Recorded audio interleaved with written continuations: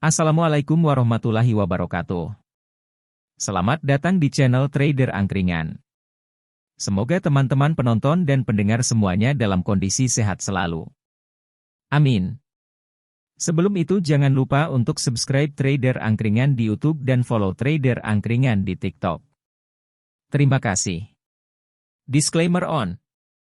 Semua analisa yang dibagikan bukan bersifat ajakan untuk membeli dan menjual suatu saham. Harap cermati dan analisa kembali sesuai gaya investasi masing-masing. Pada video kali ini, saya akan memberikan pandangan terhadap analisis sederhana terhadap salah satu perusahaan saham syariah Indonesia. Mari ikut saya menelusuri kinerja dan prospek perusahaan ACES atau AC Hardware Indonesia bersama-sama. Sebelum kita melihat lebih jauh, mari kita kenali sedikit tentang perusahaan ACES. Perusahaan ini beroperasi di sektor perdagangan retail. Mereka memiliki fokus utama pada bidang usaha perlengkapan rumah tangga dan gaya hidup. Berdasarkan anggaran dasar perusahaan, perseroan menjalankan usaha dalam bidang perdagangan, perindustrian, jasa dan perbengkelan. Pertama-tama, mari kita lihat kinerja keuangan perusahaan ACES. Dalam 2 tahun terakhir, perusahaan ini mencatat pendapatan yang mengalami peningkatan dari sebelumnya.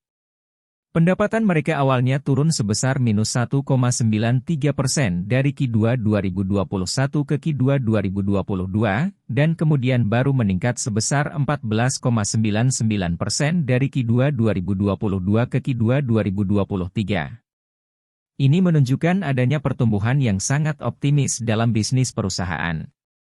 Selain itu, mari kita perhatikan laba bersih perusahaan. Dalam laporan keuangannya, laba bersih mereka terus adanya peningkatan dari tahun ke tahun. Hal ini menunjukkan konsistensi dan peningkatan dalam operasional dan kemampuan perusahaan untuk menghasilkan keuntungan. Sekarang, mari kita bicarakan posisi perusahaan ACES di pasar dan bagaimana mereka bersaing dengan pesaingnya di sektor yang sama. Perusahaan ini memiliki pangsa pasar yang signifikan dan diakui sebagai pemain kunci dalam industri ini. Namun, perlu diingat bahwa persaingan dalam sektor ini cukup ketat.